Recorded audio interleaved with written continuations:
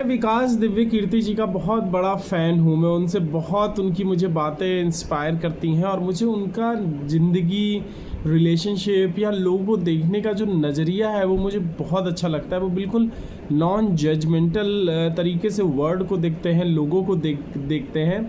उन्हें पता है कि ह्यूमन में फ्लॉज़ हैं, बिकॉज़ तभी हम ह्यूमन हैं और सब अलग हैं। उस चीज़ में उनका जो मुझे सोच है मुझे बहुत बढ़िया लगता है। और अगर मुझे पूरे वर्ल्ड में मुझे एक इच्छा दी जाए कि तुम क्या चाहते हो कि तुम्हें एक कोई तुम्हारी विश पूरी करी जाए, तो मैं विकास दिव्य कीर्ति जी से ज़रूर मिलना चाहता हूँ। आई डोंट नो कि मैं क्या पूछूंगा उनसे या क्या करूँगा, और but I really want to see him. तो उनकी एक रिसेंटली मैंने एक वीडियो देखा है, उसमें वो बता रहे थे कि सक्सेस आप क्या समझते हैं और क्या होता है। सक्सेस बहुत ही पर्सनल है। जो मुझे सक्सेस लग रहा है वो एक्चुअल सक्सेस है, जो वर्ल्ड को लग रहा है वो सक्सेस नहीं है। If I am very satisfied with my life, I am happy from inside, और मैं जो कर रहा हूँ मुझे उस चीज़ में मज़ा आ रहा है, दैट्स कॉल्ड सक्सेस। तो इसके लिए उन्होंने एक बहुत प्यारी एक कहानी सुनाई। आपने कालिदास जी आपको पता होंगे कि बुक है आषाढ़ का एक दिन, आई थिंक उन्होंने वो बुक के बारे में बताया था। वो बुक महाकवि कालिदास जी के ऊपर है, और उसमें ये बताया गया है कि कालिदास जी पहले बहुत एक नेचर के बीच में रहते थे, कुछ कविताएं लिखते थे, उनकी एक प्रेमिका भी थी और बहुत अच्छा काम करते थे, लेकिन कुछ बहुत अच्छा लिखते थे, काम नहीं करते थे, लेकिन बहुत फ्री रहते थे, ऐसे कुछ भी कर लेते थे। उनको पशुओं से बहुत प्यार होता था, वो नेचर से बहुत कनेक्टेड थे और बहुत खुश थे। वो अपने आप को बहुत खुशी मानते थे, लेकिन उनके घर वाले भी कहते थे तो कुछ करते नहीं हो, गांव वाले भी कहते थे कुछ करते नहीं हो। तभी उनको एक राजा के दरबार में महाकवि बनने का न्योता आया और उन्होंने मना कर दिया कि मैं क्या करूँगा, मुझे राजा के यहाँ क्या मतलब। लेकिन जो उनकी प्रेमिका थी, उन्होंने कहा ये बहुत बड़ा अवसर है और तुम्हें भी अपने आप को प्रूफ करना है। पूरा गांव ऐसा कहता है कि तुम कुछ करते नहीं हो, किसी लायक नहीं हो, तुम्हारे अंदर जो प्रतिभा है तुम्हें वो दिखाने का मौका मिलेगा, तो you should go and consider that post. तो वो कहते लेकिन मुझे तुमसे दूर जाना पड़ेगा। तो वो कहते हैं मैं तो कभी भी हम मिल सकते हैं, तुम कभी भी आ जाना। तो वो कहते हैं ठीक है। वो अपनी प्रेमिका के कहने पे वो पोजीशन पे चले जाते हैं, पर उनका उधर मन नहीं लगता। उन्होंने काफ़ी कुछ कविताएं लिखी, वो सबसे महान कवियों में से एक थे। तो उन्होंने काफ़ी कुछ लिखा, लेकिन उनको अपनी प्रेमिका की याद आती रही, वो ज़िंदगी याद आती रही जो वो छोड़ के आए थे। तब उनको राजा ने एक बार कहा, बहुत अच्छे इंसान थे तो राजा को भी उनसे बहुत प्रसन्नता होती थी। तो राजा ने उनसे कहा कि मैं आपको कश्मीर का राजा बनाना चाहता हूँ, तो वहाँ का राजपाट आप देखो, तो लेकिन इसके लिए शर्त है कि आपको मेरी बेटी से शादी करनी पड़ेगी।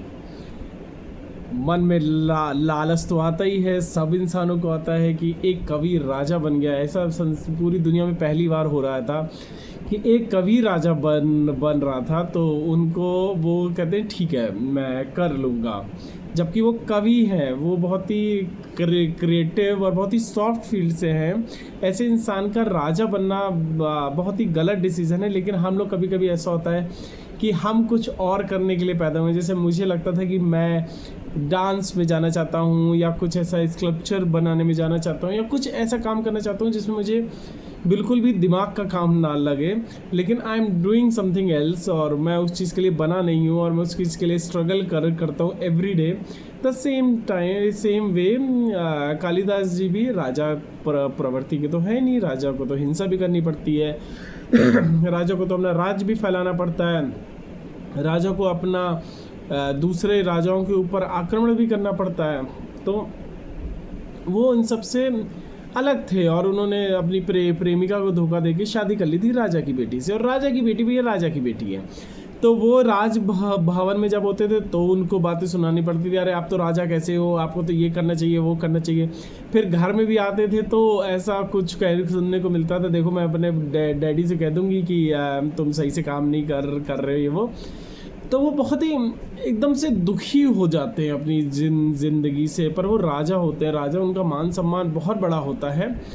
वो एक दिन ऐसे क्या करते हैं, वो वहाँ से भाग जाते हैं और अपने गांव वापस आ जाते हैं। तो सबसे पहले अपनी प्रेमिका के दरवाजे पहुँचते हैं। तो जब प्रेमिका उनका दरवाज़ा खोलती है तो एकदम से देखती है कि ये उनका प्रेमी खड़ा हुआ है। तो वो उनकी आंखों में आंसू आते हैं कालिदास जी की, और वो इतना प्यार दिखाते हैं कि मैं आ गया, I am back now.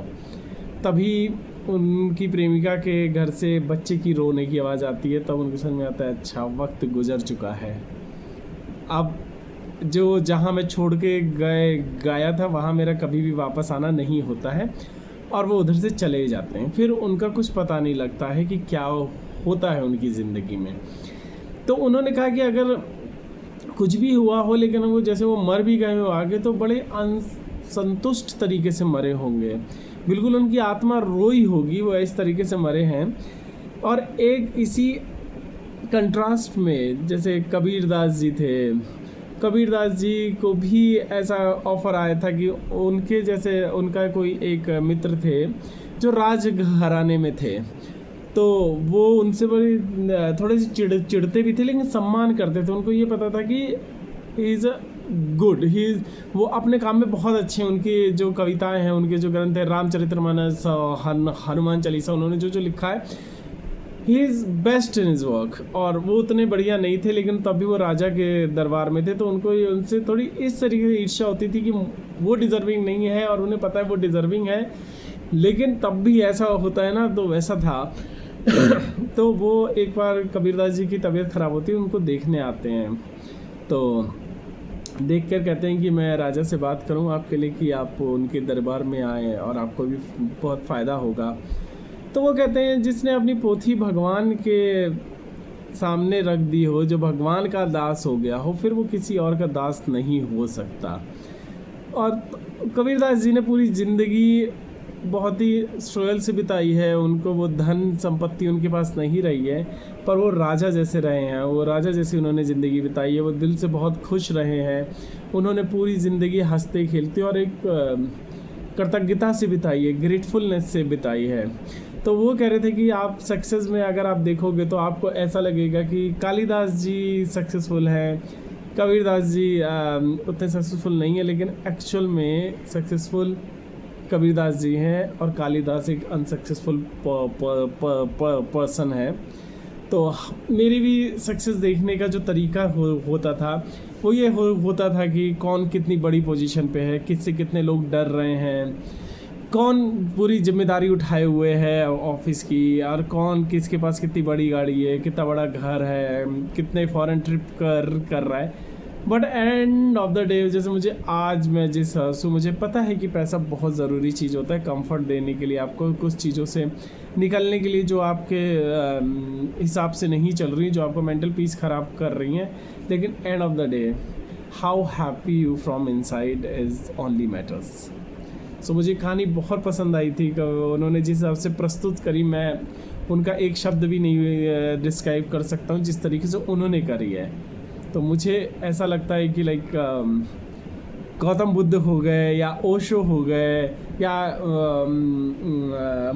Mahavir ji हो गए, इनका जैसे युग था और लोग इनके भक्त थे। और तो मुझे भी ऐसा लगता है कि ये जो वक्त है ये दिव्य कीर्ति जी का वक्त है, और मैं चाहूँगा कि मैं उनसे और इंस्पायर हूँ, उनको और सुनूँ, उनसे मिल सकूं, तो मेरे लिए बहुत बड़ी बात होगी। पर मुझे ऐसा लगेगा मैं उनसे कुछ बात नहीं कर पाऊंगा क्योंकि I am very small in front of him, but I really want to see him once in my life.